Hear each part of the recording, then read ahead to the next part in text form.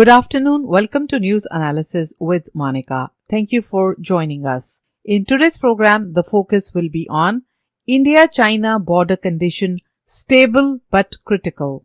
US to withdraw visas for foreign students if classes moved fully online. Brazil's president tests positive for COVID-19. Financial updates and much more.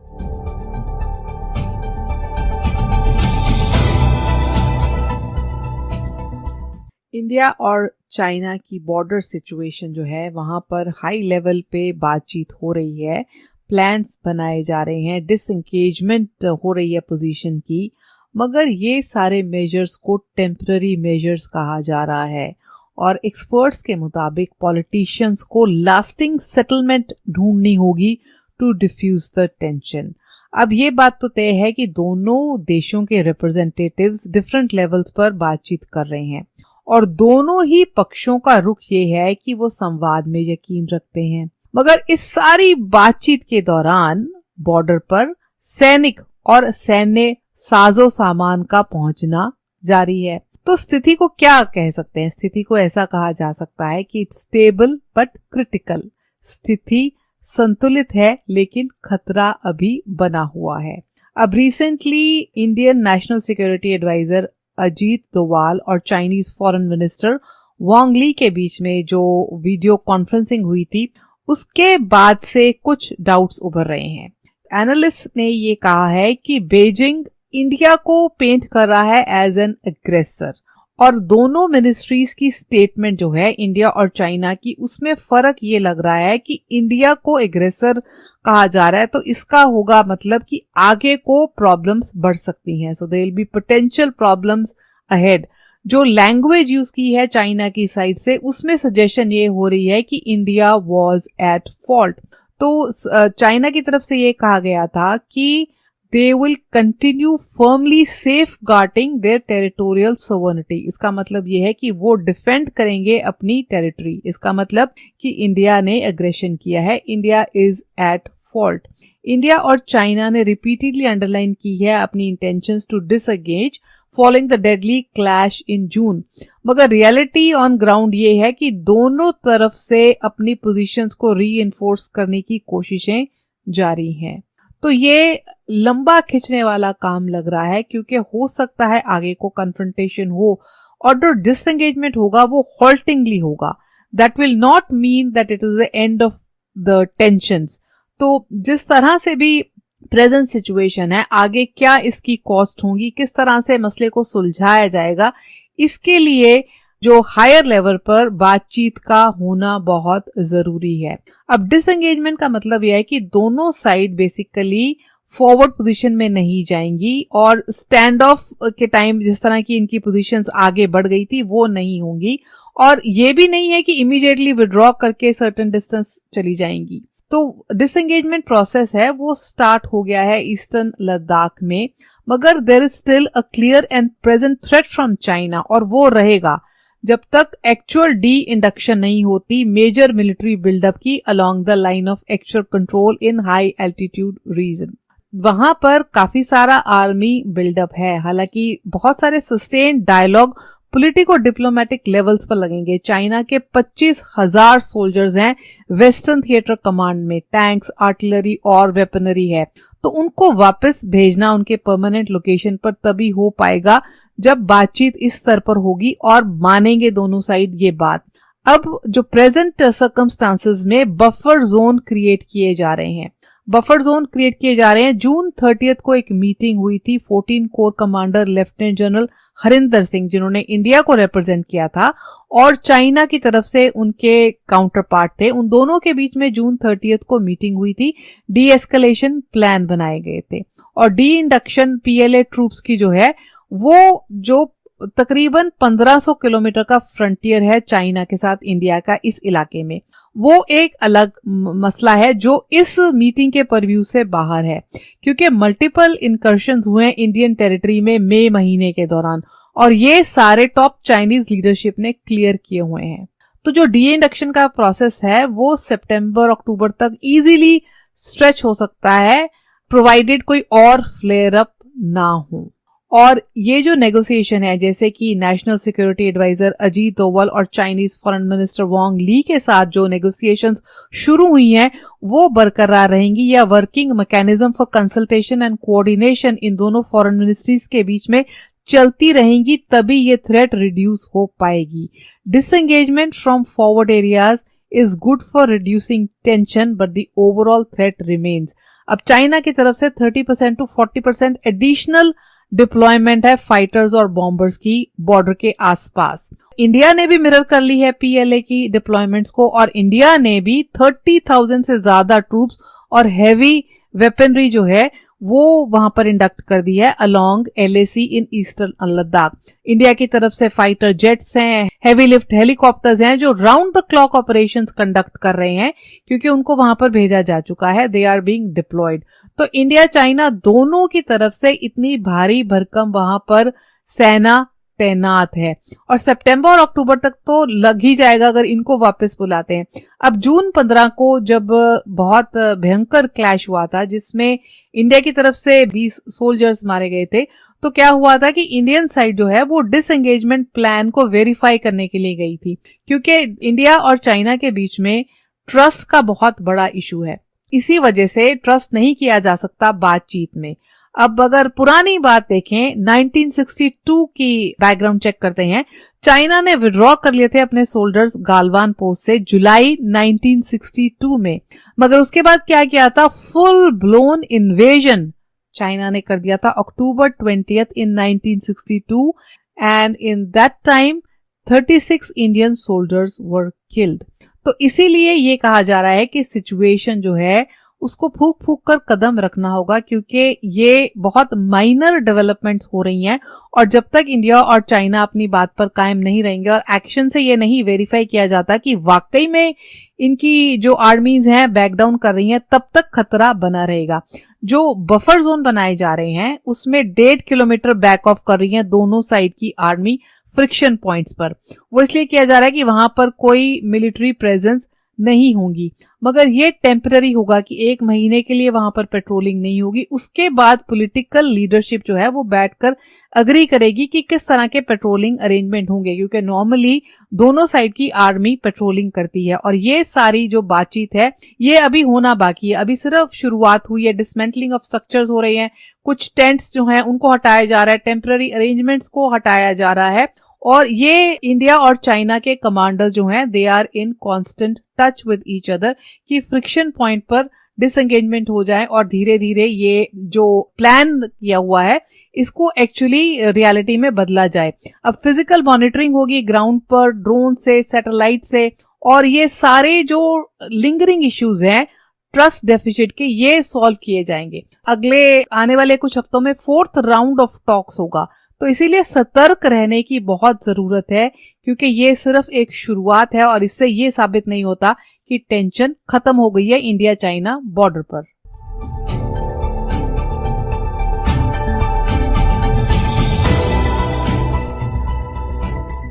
US to withdraw visas for foreign students if classes moved fully online। Foreign students को US में नहीं रहने दिया जाएगा इस fall session में अगर उनकी यूनिवर्सिटी ने उनकी सारी क्लासेस को फुल्ली ऑनलाइन कर दिया है, और अगर वो रहना चाहते हैं तो उनको स्विच करना पड़ेगा उस कोर्स में जिसमें इन पर्सन ट्यूशन है। अब यूएस इमिग्रेशन और कस्टम्स एनफोर्समेंट एजेंसी ने ये कहा है कि अगर कंप्लाई नहीं करेंगे रूल से तो स्टूडेंट्स कैन फेस डेपोटेशन। बहुत सारी यूनिवर्सिटी यूएस में ऑनलाइन मूव कर रही हैं because of corona virus pandemic, और काफी सारे फॉरेन स्टूडेंट्स यूएस ट्रैवल करते हैं हर साल, and they are also a significant source of revenue for university as they pay full tuition. अब हार्वर्ड यूनिवर्सिटी ने अनाउंस किया है कि वो सारे इंस्ट्रक्शन जो है ऑनलाइन डिलीवर करेंगे। That will be valid for the students for the new academic year also and for those living at the university। 9% US university जो हैं वो प्लान कर रही हैं कि वो अपनी सारी क्लासेस ऑनलाइन करेंगे फॉल सेशन में। हालांकि आने वाले महीने में स्थिति बदल सकती है। अगर सिचुएशन बेटर हुई तो कुछ यूनिवर्सिटी में क्लासेस हाइब्रिड मोड में जा सकती हैं कि कुछ ऑनलाइन हो कुछ इन पर्सन हो। इस तरह की चेंजेस हो सकती हैं, संभावना है। अब इस साल स्टूडेंट और एक्सचेंज विजिटर प्रोग्राम जो आइस रन करता है, उन्होंने परमिट कर दिया था फॉरेन स्टूडेंट्स को कि वो स्प्रिंग और समर 2020 के कोर्सेज ऑनलाइन जो है वो ले सकते हैं वाइल रिमेनिंग इन कंट्री। मगर लेटेस्ट अनाउंसमेंट ये है कि ऑनलाइन अगर कोर्सेज हो जाते हैं तो इमिग्रेशन कॉन्सिक्वेंसेज हैं which could be but not limited to the initiation of removal proceeding। अब ये रूल अप्लाई करता है to holders of F1 M1 visas, academic और वोकेशनल स्टूडेंट्स को दिए जाते हैं ये वीजा। इस डिसीजन के ऊपर बहुत सारा रोष प्रकट हो रहा है। पॉलिटिशियंस और एकेडमिक्स जो है सर्कल में इस डिसीजन को क्रिटिसाइज किया जा रहा है। हार्वर्ड यूनिवर्सिटी के प्रेसिडेंट लैरी बकाउ, उन्होंने एक स्टेटमेंट में कहा, we are deeply concern that the guidance issued by US Immigration and Customs Enforcement imposes a blunt, one-size-fits-all approach to a complex problem, giving international students, particularly those in online programs, few options beyond leaving the country or transferring schools। Democratic senator Elizabeth Warren ने कहा है कि kicking international students out of the US during global pandemic because their colleges are moving classes online for physical distancing hurt students। उन्होंने कहा it's senseless, cruel and xenophobic। और Elizabeth Warren ने demand किया है कि यह पॉलिसी को immediately drop कर दिया जाना चाहिए। इसी तरह के कमेंट्स जो हैं वो former US ambassador to the UN Samantha Power ने कहा है। उन्होंने कहा this decision makes no sense and is unworkable for most college students. कई जो स्टूडेंट्स को पढ़ाते हैं टीचर्स, उन्होंने कहा कि इससे दिक्कत आएगी। बहुत सारे स्टूडेंट्स रिलाई करते हैं वीजास पर कि वो यहाँ आकर पढ़ पाएं, और ऑनलाइन प्रोग्राम अगर वो अपनी कंट्री में जाते हैं तो टाइम डिफरेंस होगा, कुछ और रिस्ट्रिक्शंस हैं उनकी होम कंट्री में जो वो ऑनलाइन प्रोग्राम भी अपनी कंट्री में जाकर उनको निभाने में दिक्कतें आएंगी।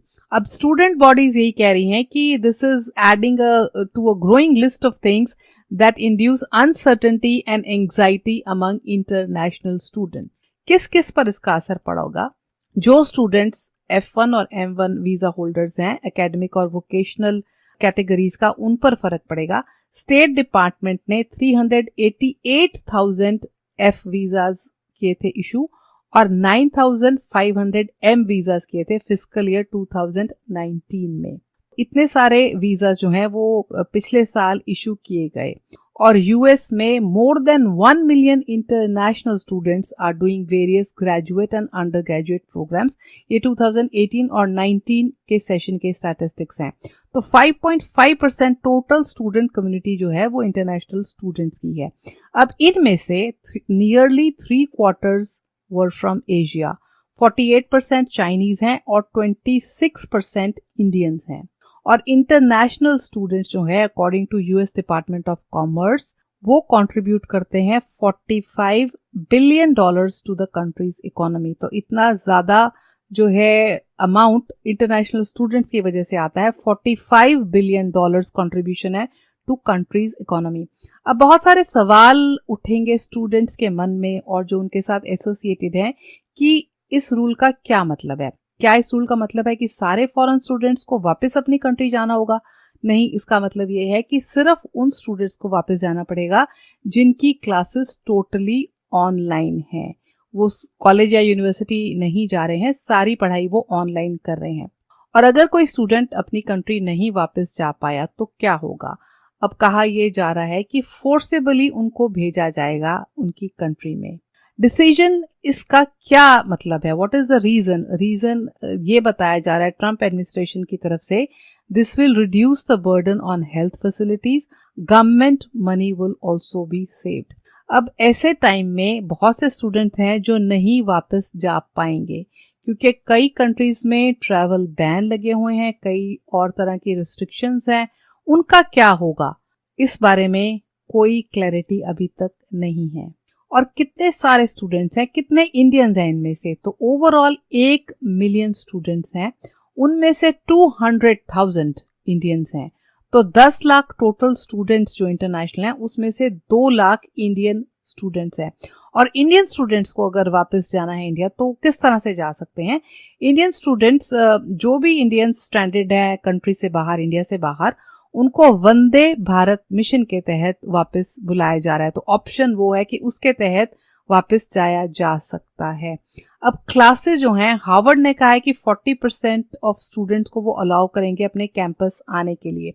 क्लासेस कितनी ऑनलाइन होंगी, कब तक रहेंगी, इसके बारे में अलग यूनिवर्सिटी के अलग रूल हैं।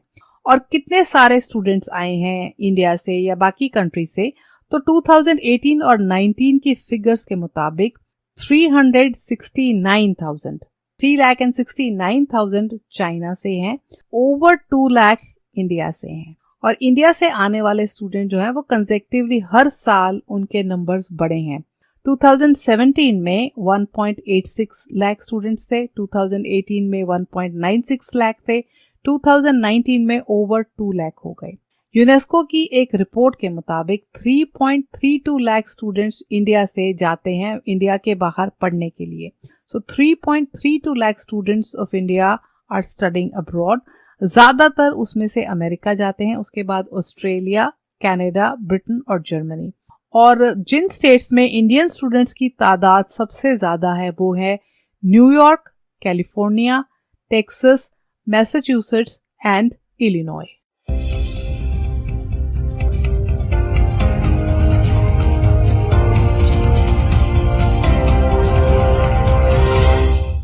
Welcome back. आप सुन रहे हैं news analysis with Monica radio Mirchi 1310 पर।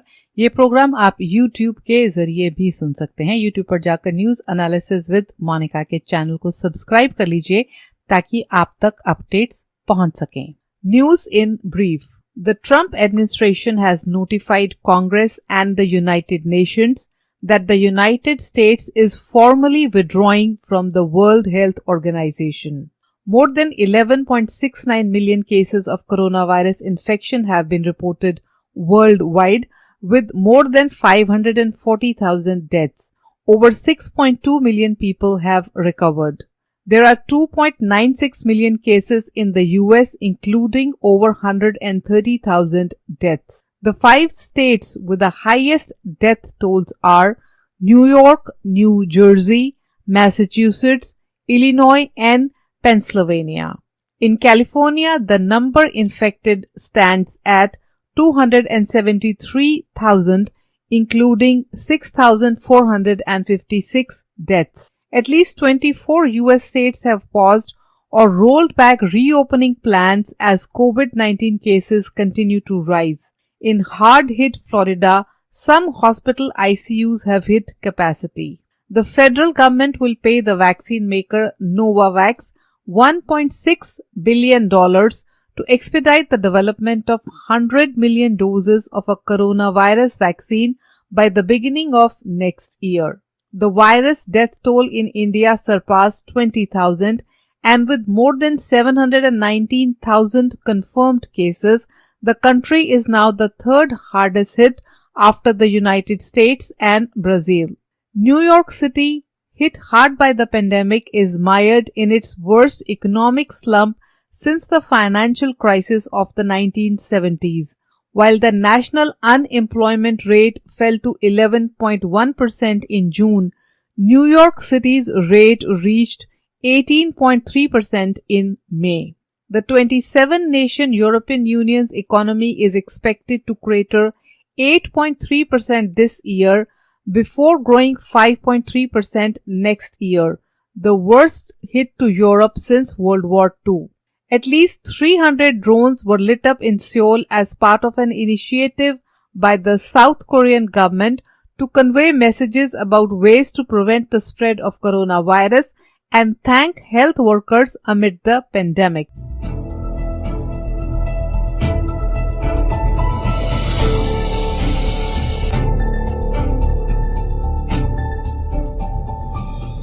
कोरोना को मामूली फ्लू कहने वाले ब्राजील के राष्ट्रपति जायर बोल्सोनारो के कोरोना वायरस टेस्ट का नतीजा पॉजिटिव आया है।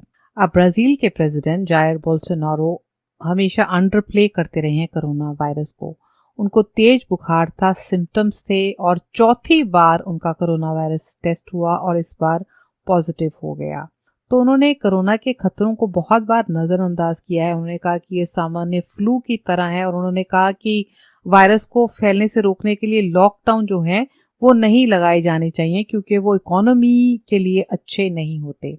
Brazil has the second highest number of COVID-19 cases and deaths in the world after the US. इन्होंने एक प्रेस कॉन्फ्रेंस के जरिए ये जानकारी आज दी, एक टीवी की इंटरव्यू थी और इस इंटरव्यू में कोई भी सोशल डिस्टेंसिंग के नॉर्म्स नहीं माने गए। वैसे भी ये सोशल डिस्टेंसिंग पहले भी पिक्चर्स डालते हैं सोशल मीडिया पर, तो ना तो इन्होंने मास्क डाला होता है ना ये सोशल डिस्टेंसिंग को तवज्जो देते हैं। उन्होंने कहा कि संडे को उनके सिम्टम शुरू हुए, हाई टेम्परेचर था, कफ थे and he felt very unwell. उसके बाद जब मंडे को उनकी कंडीशन ही फेल्ट वर्स और उन्होंने कोरोना वायरस टेस्ट कराया। वो हायर रिस्क ग्रुप में है बिकॉज ऑफ हिज एज, वो 65 ईयर ओल्ड हैं। और दवाई वो क्या ले रहे हैं उन्होंने बताया, हाइड्रोक्सी क्लोरोक्विनीन, जिसको हमारे प्रेसिडेंट डोनाल्ड ट्रंप एडवोकेट करते हैं। और उन्होंने एक एंटीबायोटिक का नाम लिया। उन्होंने कहा कि हाइड्रोक्सी क्लोरोक्विनीन और एजिथ्रोमाइसिन, एक एंटीबायोटिक वो ले रहे हैं अपनी इलनेस को ट्रीट करने के लिए। दोनों ही दवाइयां जो हैं वो नहीं प्रूव की गई साइंटिफिकली कि वायरस के खिलाफ काम करती हैं। अब प्रेसिडेंट ट्रंप का अपना फॉर्मूला है, वो बहुत बड़े फैन है हाइड्रोक्सी क्लोरोक्विनीन की, और इसी तरह से ब्राज़ील के प्रेसिडेंट को भी शायद वो दवाई में कुछ असर लगता होगा और उन्होंने ऐसा कहा। और कॉन्टैक्ट ट्रेसिंग और टेस्ट कैरी आउट होंगे जिन लोगों को वो रिसेंटली मिले हैं।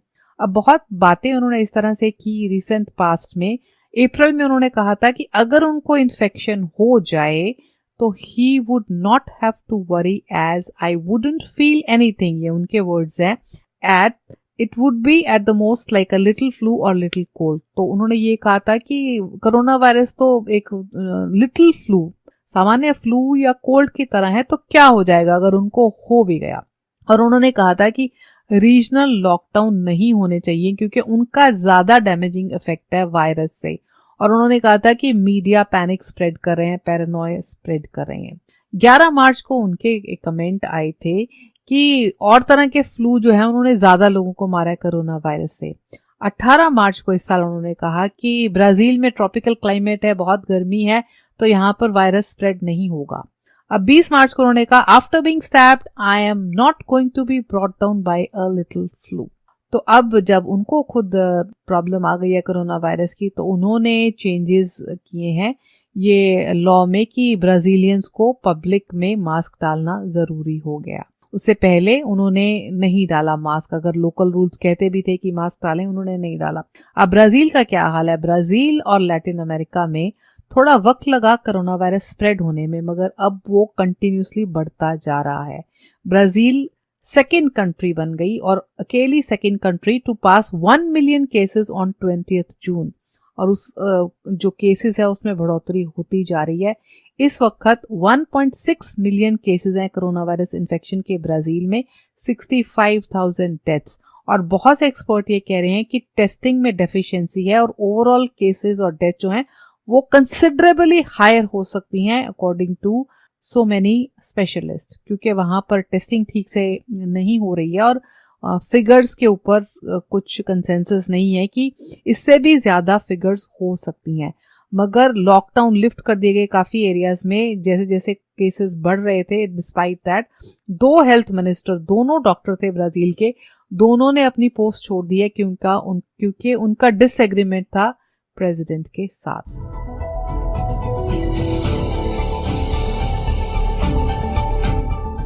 Time for our financial update.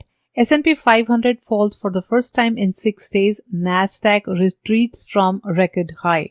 Stocks fell today as a rally in mega cap tech shares lost steam and concerns about the coronavirus outbreak dampened investor sentiment. The S&P 500 slid 1.1% to 3,145, while the Nasdaq Composite, which hit a record high earlier in the day, closed 0.9% lower at 10,343. The Dow Jones Industrial Average dropped 396 points to 25,890. The price of gold per ounce $1,807, 1 US dollar is equivalent to 74 Indian rupees and 80 paisa. Shares of Amazon fell 1.9% to lead tech lower. Netflix closed 0.1% lower after hitting a record earlier in the day. Microsoft, Apple, and Facebook ended the session off their highs. Both the Nasdaq and S&P 500 snapped 5-day winning streaks. The Dow posted its first decline in 3 sessions. With that, it's a wrap for today. Please tune in to Drive Time with Monica Monday to Friday 7 to 9 a.m. I will be back with news analysis tomorrow at 4:30 p.m. Take care, stay safe, goodbye.